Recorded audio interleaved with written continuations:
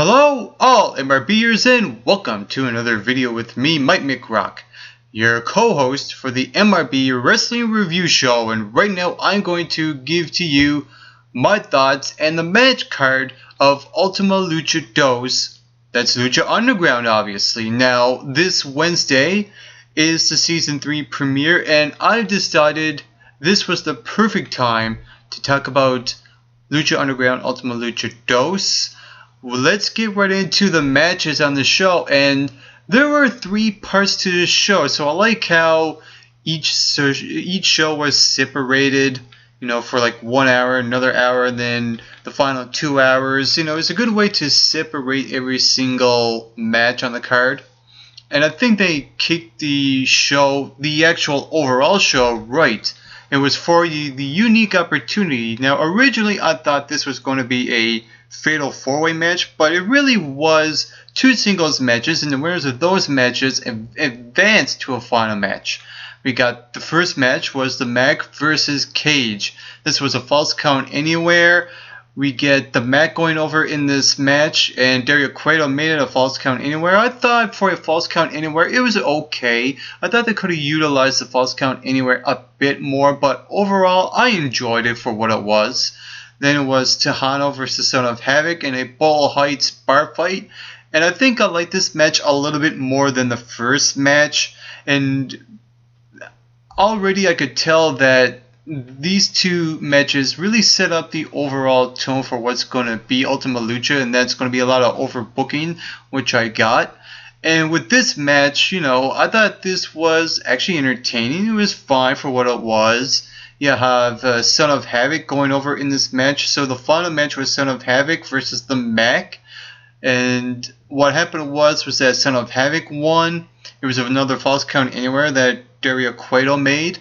And you have Son of Havoc go over in this match. And his unique opportunity was of 2 choices where Dario Cueto comes out. He has 2 briefcases. One holds $250,000, and the other briefcase holding a contract to face the Ultima Lucha champion at Ultima Lucha 2.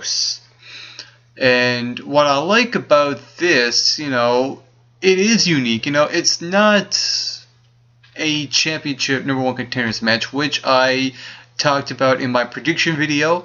So that was pretty cool. And what happened was that the only way Son of Havoc would be the next #1 contender, which he chose the contract over the money, is that if he were to win one more match. And that was when Famous Speak came out and he introduced his new client. That was Dr. Wagner Jr. I don't know anything about this guy, but I heard he's been around the block a lot. I heard he's been around for like 30 years or something like that. Cool. We finally get to see, someone newer. In this case, someone that's familiar with the Lucha Underground scene. He comes in, beats Son of Havoc. It's really the ultimate FU. And really, this whole night was not only about the unique opportunity match, but this was also a match. Really, was ultimately about Dario Cueto's ego as the owner of Lucha Underground, and really the real winner of this match was Dario Cueto. He is very evil, he's very sadistic when it comes to his character, and that's what I really like about him. He's, what Vince McMahon should be like in the WWE, and that, it was a really good character building moment for him, and that's what this part 1 really accomplished. It was about Dario Cueto. The second part of Ultima Lucha was 2 matches, and the first one I'm going to talk about is the match that kicked off part 2, and that was the Gift of the Gods Championship match. You had Nightclaw, you had Killshot, you had Mariposa, Marty the Moth Martinez, Siniestro del Toro, Daga, Sexy Star. Then here you have, your highlight reel match. And what happened, you had Nightclaw eliminated Siniestro del Toro and Daga. And Nightclaw gets eliminated by Killshot. What I like about Nightclaw is that I like how in this first match that he was in that he was featured the right kind of way. You know, you establish Nightclaw by having him beat maybe a couple of guys before he gets eliminated himself. That was a perfect way to establish Nightclaw, in my opinion. I didn't see Daga winning this match because I wanted him to become more of a character in the next season before he wins anything big. Siniestro Del Toro felt random. Mariposa felt random. You had Mariposa with the help of Martin Demuth eliminate Killshot, so I really didn't see anyone else besides Sexy Star winning this match, and lo and behold, guess what happened? Sexy Star became the new Gift of the Gods Championship when it came down to her and Martin Demuth Martinez. Now, granted, even though I would have probably had Killshot in that spot, when it came down to the final two with whoever 60 Star was going to face, I think they got it right here. You know, I think 60 Star and Martin the Mouth Martinez gave some really good psychology in the final two portion of this match. And not only that, you know, they had a storyline building up from the beginning of season 2 and ultimately ended here. That was a smart call on the part of Lucha and the right thing to do to put the belt on Sexy Star. The next match was Mil Muertes along with Katrina versus King Cuerno in a death match. Now, this is one of those feuds that has been built. They step away from it, it gets built again. They step away from it, it's built again. It's really built in gaps, and it's not a boring feud. You know, they keep coming back to it, and they keep refreshing it, which is, again, another smart thing on the part of Lucha Underground. And this match involved a lot of tables. I think that Mil Muertes put King Cuerno through like 4 tables. They got the crowbar. He hit him over the head with it. And that really all came about when King Cuerno put his hands on Katrina.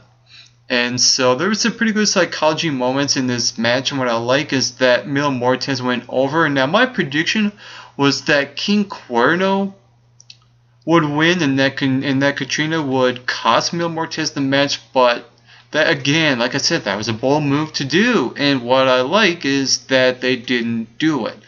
It's too risky to even break up Katrina and Mil Muertes even at this point. I mean, that's not even a storyline anyway. It would just feel like something that came out of nowhere, like an RKO. So I like that Mil Muertes is still with Katrina.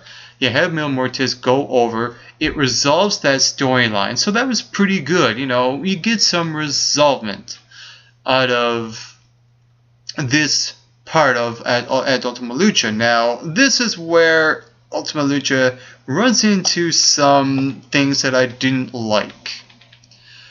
But what I did like was Johnny Mundo, Jack Evans, and PJ Black taking on Phoenix, Aerostar, and Drago for the Trios Championship. That match was pretty good. I thought the pacing was well put. You know, it didn't lag for me at all. I wasn't bored watching this match. It was a pretty good, high-flying, almost a great match.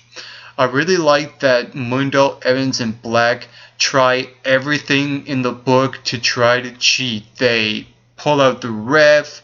They use the titles. They give low blows. They done everything they could to get the heel heat that they got, which was great on their part, and that they try to do everything that they can. And it ultimately failed for them because what happened was you had the return of Angelico, where he used the crutch to take out Johnny Mundo, and Johnny Mundo gets pinned. 1, 2, 3. Phoenix, Aerostar, and Drago win the new Trios Championships, which was all fine and good for me. Now, we get to the next match. To me, here we go. It was what was supposed to be Black Lotus versus Dragon Azteca Jr., and these two were going at it for a few minutes until Pentagon Dark comes out. Now he's made the whole transition from Pentagon Jr. to Pentagon Dark at this point. And what I like about him interfering in this match in particular is that I didn't find that the Black Lotus and Dragon Azteca Jr. match going into it, I didn't find anything emotionally investing. In terms of storyline building, I didn't connect with this match at all. So I think it was a good thing that Ultima Lucha kind of tossed that match out of the way just to get to the next match, and that was the Monster Matanza Cuerno versus Pentagon Jr. for the Lucha Underground Championship. And let me just tell you this, I was surprised that this show didn't main event this match. Very surprised. And what happened was is you have Pentagon Dark lose to Monster Matanza Cuerno. I mean, the match was okay. It didn't feel like what could have been a great match, but it was a passable. And as for the result of Matanza retaining, I didn't mind it, even though I was disappointed that Pentagon didn't win here. It shows that Lucha Underground is keeping that championship prestigious, and that a guy like the Monster would hold it a lot longer than 4 or 5 months, which I think that was his reign. If he lost here, it would have been like 4 months or something like that. And I'll give Lucha Underground a pass here because they've been keeping that Lucha Underground Championship prestigious and not just dropped when someone just won it. So that's a pretty good thing on the part of Lucha Underground.